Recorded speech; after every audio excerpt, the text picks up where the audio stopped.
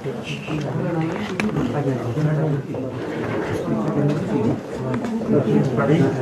आज कैबिनेट की क्या निर्णय? आप सभी प्रिंट और इलेक्ट्रॉनिक मीडिया के साथियों का इस पत्रकार वार्ता में अभिनंदन करता हूं। आज की कैबिनेट हमारे माननीय मुख्यमंत्री श्रीमान जयराम ठाकुर जी की अध्यक्षता में संपन्न हुई है और उसमें अनेक प्रकार के बहुत महत्वपूर्ण और जनहित के निर्णय लिए गए हैं, जिसमें कि एक तो कोविड पर जो प्रेजेंटेशन हुई है और उसके बाद इस बात पर विचार किया गया कि क्या हमको स्कूलों को खोलना चाहिए या नहीं। तो उस पर कैबिनेट ने चर्चा ये की कि अब हमारे पास कोरोना के मामले कम होना प्रारंभ हुए हैं और हिमाचल प्रदेश में लगभग 1748 के करीब अभी हमारे कोरोना पॉजिटिव के मामले हैं और इसमें हमने कहा कि अब क्रमवार तरीके से स्कूलों को खोलना प्रारंभ करना चाहिए और इसलिए उसमें ये निश्चित किया गया कि 10वीं और 12वीं के बच्चे स्कूल में सोमवार, मंगलवार और बुधवार के दिन बुलाए जाएंगे और उसके अतिरिक्त 9th और 11th के बच्चों को वीरवार, शुक्रवार और शनिवार को बुलाया जाएगा और 1ली से 8वीं तक के बच्चों की अभी आजकल ऑनलाइन क्लासेज भी चल रही हैं और ऑनलाइन उनके एग्जामिनेशन भी चल रहे हैं। वे यथावत चलते रहेंगे क्योंकि 8 अक्टूबर तक अभी तक ये बच्चों के पेपर हैं, तो वो चलते रहेंगे और उसके बाद हम ये देखेंगे कि फिर 1ली से लेकर 8वीं तक की कक्षाएं भी अगर स्थिति ठीक रही तो इनको भी हम विधिवत रूप से प्रारंभ करने की दिशा में सोच सकते हैं। और उसके अतिरिक्त शिक्षा विभाग में 8000 मल्टीटास्क वर्कर हायर एजुकेशन और एलिमेंट्री में लगाने पर चर्चा हुई है और ये निर्णय लिया गया है कि इनको लगाया जाएगा और इनका जो ऑनरेरियम है वो भी 5625 रुपये पर मंथ किया गया है। और एक बहुत बड़ी मांग बहुत लंबे समय से चलती आ रही है, जिसमें हमारे जेबीटी अध्यापक और जो CNB के अध्यापक हैं इनकी ओर से आती थी कि एक तो जो ट्रांसफ़र जो इंटर डिस्ट्रिक्ट होना था उसमें जो परसेंटेज थी वो 3% थी, उसको बढ़ा करके 5% तक किया गया है और साथ में अगर इंटर डिस्ट्रिक्ट कोई म्यूचुअल ट्रांसफ़र करवाना चाहता है तो म्यूचुअल ट्रांसफ़र हम उसकी यानी समय सीमा पूरी होने से पहले कर सकते हैं और यदि कोई 60% से अधिक विकलांग है तो उनके ऊपर भी यानी ये नियम नहीं लगेंगे, ट्रांसफ़र हो सकती है। और इसमें जो बड़ा निर्णय जो किया कि जो पहले जो एग्जिस्टिंग जो टेन्योर था वो 13 साल था और 13 साल तक जो है तब तक वो अपने डिस्ट्रिक्ट में जा नहीं सकते थे और इसको 13 साल से कम करके 5 साल तक किया गया है और इस 5 साल में जो उसका कॉन्ट्रैक्ट पीरियड है अध्यापक का वो भी इंक्लूड किया जाएगा। एक बहुत महत्वपूर्ण निर्णय हुआ जिसके कारण से हजारों अध्यापकों को लाभ मिलेगा। और उसी के साथ ये है कि जो हिमाचल प्रदेश के विभिन्न विद्यालयों में हमारे IT टीचर्स लगे हैं, इन सभी IT टीचर्स का जो हमारा जो एक तरह का जो पैसा दिया जाता है वो 500 रुपये पर मंथ बढ़ा दिया गया, जो 1 अप्रैल 2021 से हमारा लागू हो जाएगा। और उसके अतिरिक्त यह है कि फिर यहाँ पर इन्होंने एक जो है एक customised package of incentive for mega industry projects in the state under Himachal Pradesh industrial investment policy and rules 2019 ये लाया गया है। और फिर रेवेन्यू डिपार्टमेंट के अंदर एक बहुत बड़ा काम किया गया है कि जिसमें ये कहा गया है कि 20 पोस्ट है नायब तहसीलदार की, इसमें हम डायरेक्ट रिक्रूटमेंट के माध्यम से रेगुलर बेसिस पर भरेंगे। और उसके अतिरिक्त एक पॉलिसी हम इसके बारे में लेके आए हैं कि जो क्रैश बैरियर्स इत्यादि जो लगते हैं, उन क्रैश बैरियर्स की जब रिप्लेसमेंट करना और मेंटेनेंस इत्यादि के लिए एक विशेष प्रकार की पॉलिसी लेकर के जो है सरकार आई है। और उसी के अंतर्गत अब एक और आगे बढ़ करके कहा है कि जो पहले हमारी योजना जो चला करती थी हिमाचल गृहिणी सुविधा योजना, उसका नाम अब मुख्यमंत्री गृहिणी सुविधा योजना किया गया है। और उसी प्रकार से हिमाचल हेल्थ केयर योजना, हिम केयर, उसका नाम भी बदल करके मुख्यमंत्री हिमाचल हेल्थ केयर योजना हिम केयर रखा गया है। और सहारा योजना को भी मुख्यमंत्री सहारा योजना के नाम से अब कहा जाएगा। और उसी के साथ ये कि अभी जो जिला कांगड़ा में बैजनाथ में एक नया जल शक्ति का डिवीज़न खोला गया है।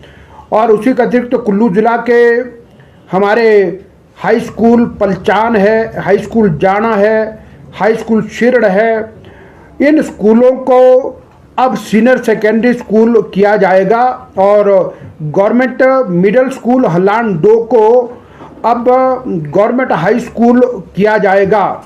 और इन सभी स्कूलों को अपग्रेड करने के साथ साथ 22 पदों को भी स्वीकृति प्रदान की गई है। और उसी के आधार पर जो Himachal Pradesh staff selection commission Hamirpur है, वहाँ पर भी 10 नए पद डिफरेंट कैटेगरीज के भरे जाएंगे।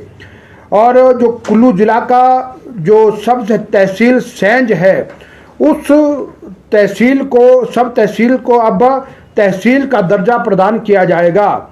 और उसी के साथ ये कि अभी जो एक primary health centre Swarghat Bilaspur में है, उसका दर्जा बढ़ा करके कम्युनिटी हेल्थ सेंटर किया जाएगा। और इसके साथ पोस्टें भी वहाँ पर दी गई हैं। और उसी के अंतर्गत यह है कि कुल्लू जिला के हमारे प्राइमरी हेल्थ सेंटर अरसू को कम्युनिटी हेल्थ सेंटर, और प्राइमरी हेल्थ सेंटर नित्थर को कम्युनिटी हेल्थ सेंटर, और उसके साथ प्राइमरी हेल्थ सेंटर एक जगात खाना, घाटू, बागीपुल और उर्टू, इन सभी में पदों की क्रिएशन भी की गई है और इन सबको अपग्रेड भी किया गया है।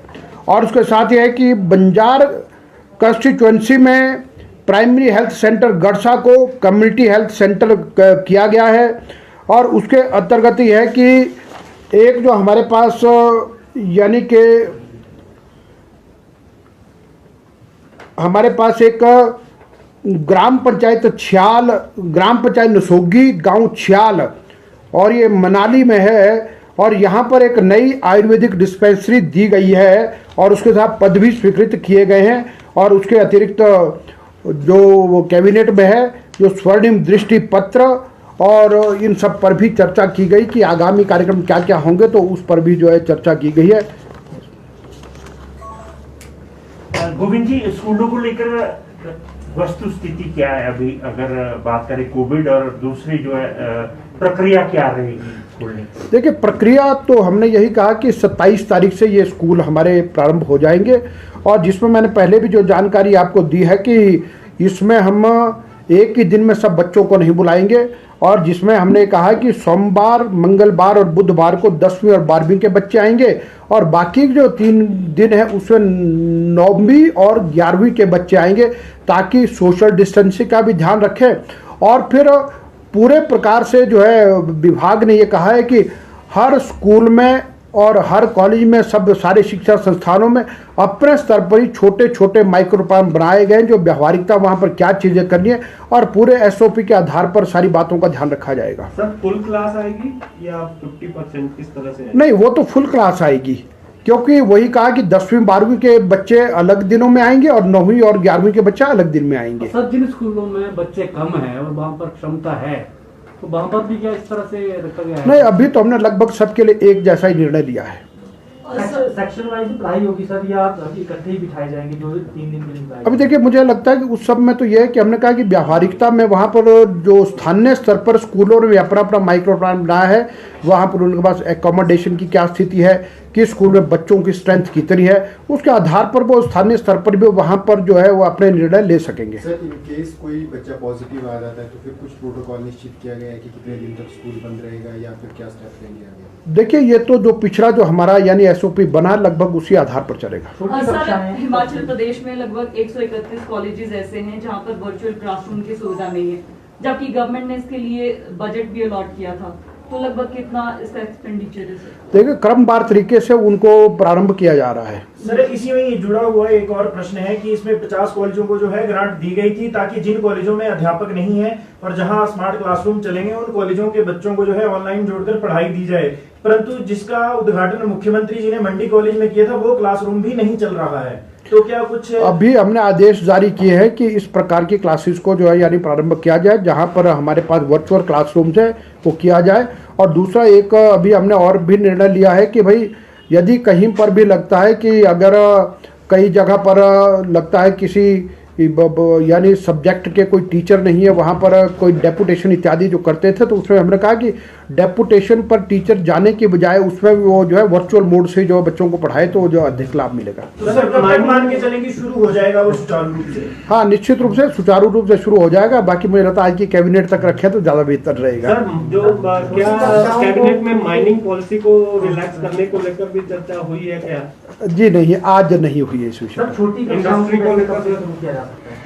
छोटी कक्षाओं को सर कब से शुरू किया जा सकता है? क्या इसको छोटी कक्षाओं को अभी तो मैंने कहा कि अभी तो उनके पेपर चल रहे हैं बच्चों के, सर जेसीसी और पेपर जो चल रहे हैं तो उसके बाद यह है कि अभी 8 तक पेपर है तो उसके बाद उस पर विचार करेंगे। सर जेसीसी की बैठक को लेकर भी कुछ हुआ है क्या? जी नहीं।